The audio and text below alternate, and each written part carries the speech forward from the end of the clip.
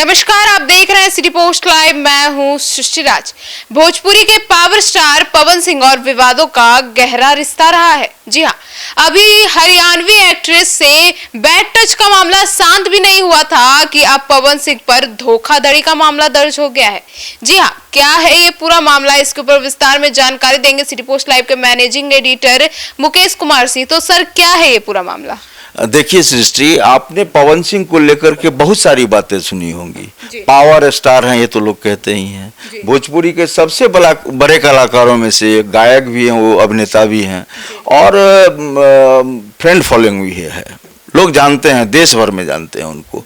लेकिन विवादों के साथ इनका गहरा रिश्ता रहा है। जैसा कि आपने शुरुआत में ही ये बात कही, अंजलि राघव जो है हरियाणवी एक्ट्रेस है। कुछ समय पहले जो है बैड टच का मामला आया। लाइव आकर के अंजलि राघव ने बताया कि पवन सिंह ने जो है कार्यक्रम के दौरान बैड टच किया। हालांकि उसके बाद जो है जैसे ही पवन सिंह तक यह जानकारी गई, पवन सिंह ने माफ़ी मांगी अंजलि राघव से। तो ये इस मामले को अभी तक हम लोग कहें कि पटाक्षेप हो गया है, ऐसा नहीं है। इस मामले में भी अभी तक विवाद बना हुआ है, लेकिन पहल दोनों तरफ से हुई है, तो लगता है कि इस मामले का निपटारा हो जाएगा। लेकिन ये नया मामला देख लीजिए, अब ये नया मामला आया है धोखाधड़ी का। ये मामला जो है सृष्टि जी, आपको बताया कि पहले प्रयास किया था धोखाधड़ी के केस करने का। जो केस जिन्होंने किया है वे थाने जाकर के कई बार प्रयास किए कि केस हो, लेकिन केस थाने में दर्ज नहीं हुआ। तो ये किस चीज की धोखाधड़ी है? पहले तो ये बता दे रहे हैं आपको हम, धोखाधड़ी भी हम अपने दर्शकों को बता रहे हैं। पहले ये कोर्ट में गए, केस किए। चूंकि थाने ने केस नहीं लिया, थाने में एफआईआर नहीं हुआ, तो कोर्ट में जाकर के ये जानकारी दी उन्होंने, जिन्होंने एफआईआर किया है कि हमारे साथ धोखाधड़ी हुई है, लेकिन मुकदमा हमारे थाने में हमारा आवेदन नहीं ले रहा है और हमारा एफआईआर नहीं किया जा रहा। मतलब थाने में इसलिए नहीं लिया गया कि वो पावर स्टार हैं, इसलिए? बिल्कुल यही इशारा करना चाह रहा हूं मैं, दर्शकों को बताना चाह रहा हूं कि पवन सिंह का रसूख देखिए, पैसे की देखिए कितनी ताकत होती है कि थाने में एफआईआर नहीं हुआ, थक हार के हुए गए कोर्ट को सारी बात जब इन्होंने बताई तो कोर्ट ने लिखित आदेश जारी किया थाने को एफआईआर दर्ज करने का। और ये मामला जो है देखिए, ये दर्ज हुआ है 1.5 करोड़ से ज़्यादा का मामला है। 1,57,00,000 का मामला है और इसमें जो 4 लोगों पर मुकदमा दायर किया गया है। और धारा भी सुन लीजिए, बीएनएस की धारा है 420, 406, 467, 468 और 506। तो ये धारा लगाई गई है और यह केस जो है विशाल सिंह नाम के हैं, उन्होंने यह केस दर्ज कराया है। और ये इनका जो है टूर और ट्रेवल का कारोबार है। इनको कहा गया कि आप जो है पैसा निवेश कीजिए, पैसा लगाइए और फिल्म का निर्माण करेंगे हम। बाद में फिल्म अगर बहुत बढ़िया से चलती है और बिहार इलाके में करेंगे तो सब्सिडी की भी व्यवस्था है। यानी कि आपका जो 1,57,00,000 रुपया है वो उससे ज़्यादा की राशि आएगी और आपको मुनाफे के तौर पर भी कुछ दिया जाएगा। 1,57,00,000 तो देना ही है। और जब फिल्म रिलीज हो जाएगी तो फिल्म जब चलेगी, ब्लॉकबस्टर हो जाएगी, तो बहुत आमदनी होगी। तो बहुत सारे उनको ख्वाबी पुलाव जो है पकाए गए, उनको बहुत सारे जो है सपने दिखाए गए कि ये कर देंगे वो कर देंगे, लेकिन ना तो फिल्म ऐसी बन पाई और ना ही कुछ पर हुआ। हालांकि बाद में जो है 32 लाख रुपया जो है यह लौटा दिया, 32.5 लाख रुपया करीब। उसके बाद जो है फिर भी जो है 1.25 करोड़ की राशि बची हुई थी।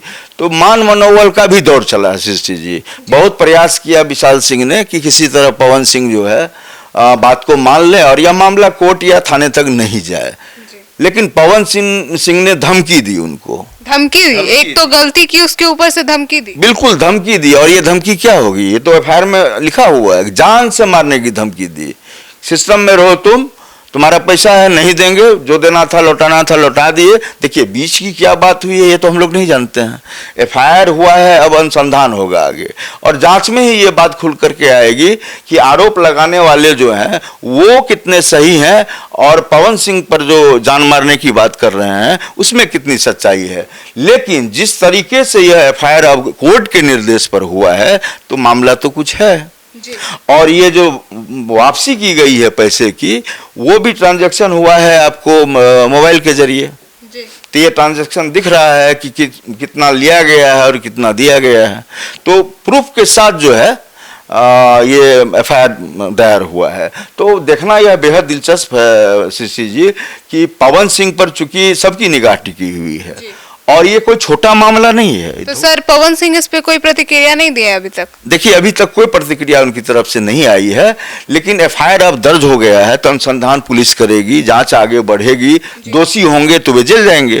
तलवार तो लटक गई है जेल जाने की। लेकिन सुश्री जी एक बात और बताता हूं, आप भी जानती हैं इसको, कि उनकी पत्नी है ज्योति सिंह, उनसे उनका संबंध जो है बढ़िया नहीं चल रहा है और इस बीच में बैड टच का भी मामला आ गया और इस तरह के बैड टच के कई मामले आते रहे हैं और भोजपुरी इंडस्ट्री को कहा जाता है कि यहाँ पर अश्लीलता ही परोसी जाती है। सर लेकिन पवन सिंह इन सभी मामले में सबसे आगे उनका नाम आता है। बिल्कुल, देखिए रसूखदार तो हैं ही, पैसा कमा लिए हैं और देखिए हम या आप किसी के चरित्र पर ज़्यादा न तो आप विशेषज्ञ हैं न मैं विशेषज्ञ हूँ, लेकिन बात अगर कहीं अगर धुआं उठता है तो आग तो जरूर होगी।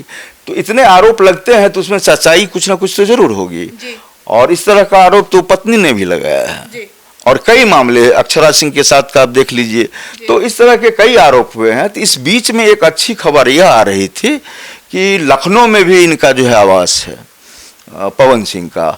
तो ज्योति सिंह से इनकी बातचीत हुई थी और ज्योति सिंह लखनऊ में जाकर इनसे मिलने वाली थी और चुनाव का समय है और ज्योति सिंह भी चुनाव लड़ना चाहती है और पवन सिंह भी लड़ना चाहते हैं। तो एक मतलब जो दर्शक वर्ग है, जो इनको चाहने वाले लोग हैं, उनके लिए एक अच्छी खबर थी कि ज्योति सिंह उनसे मिलने जा रही है। तो दोनों के आपस का जो मन संबंध में जो कटुता थी, जो अलगाव हो गया था, तो रिश्ते में फिर से मिठास आएगी, सहदी होगा यह रिश्ता। तो इस पर अभी लोग बात कर ही रहे थे कि आज मुकदमा की बात आ गई है, बैड टच की बात आ गई है। बैड टच का भी मामला पाटने की कोशिश हो रही थी कि इधर इन पर एफआईआर हो गया। सर तो ये सारे जो मुकदमे हैं जो पवन सिंह के ऊपर लगातार चल रहे हैं या फिर नए नए जो उनके बारे में खुलासे किए जा रहे हैं, इल्जाम लगाए जा रहे हैं उन पर, तो ये सारी चीजों के बाद उनके चुनाव पे क्या असर पड़ेगा? देखिए अच्छा सवाल किया आपने। देखिए ये कलाकार हैं और कलाकार ऐसा नहीं होता है कि वो जैसे आप पढ़ी लिखी हैं, साइंटिस्ट हो, कोई बहुत बड़े पद पर हो या बहुत पढ़ा लिखा आदमी हो वही अभिनेता होगा। उनके लिए कोई पैमाना नहीं है। पैसा तो बहुत ज्यादा कमा लिया उन्होंने और आरोप भी कई लगे हैं, मुकदमे भी पहले दर्ज हुए, आरोप भी बहुत ज्यादा कमा लिया है। हाँ, कमाई में आरोप भी कमाए हैं इन्होंने, बिल्कुल कमाए हैं। तो इसका प्रभाव चुनाव पर देखिए, अमूमन ऐसी घटनाएं बहुत ज्यादा असर नहीं डालती हैं क्योंकि राजनेताओं का दूसरा है और जो अभिनेता आते हैं उनका रोल अलग होता है और जनता उनसे ज्यादा कनेक्ट होती है अभिनेता अभिनेत्री से। आप देखती होंगी कि उनका कोई मतलब सामाजिक ऐसा कोई काम नहीं होता है, फिर भी कहीं से चुनाव लड़ लेते हैं, चुनाव जीत जाते हैं। तो पवन सिंह की राजनीति में कोई असर नहीं पड़ेगा, लेकिन बड़ा असर पड़ेगा जो उन पर जो ये मुकदमा हुआ है और पुलिस किस तरह से त्वरित गति से करती है या धीमे धीमे करती है, रफ्तार कैसी रहती है जांच की, वह देखना बेहद दिलचस्प होगा। और आने वाला जो समय है सृष्टि जी, निसंदेह तलवार लटक रही है पवन सिंह पर, गाज गिरेगी और पवन सिंह इसके लिए अब जो भी सफाई दे, मामला जब खुलकर आ जाएगा कि नहीं उन्होंने धोखाधड़ी की है, तो फिर जेल का दरवाजा इनके लिए खुलेगा और ये जेल के भीतर होंगे।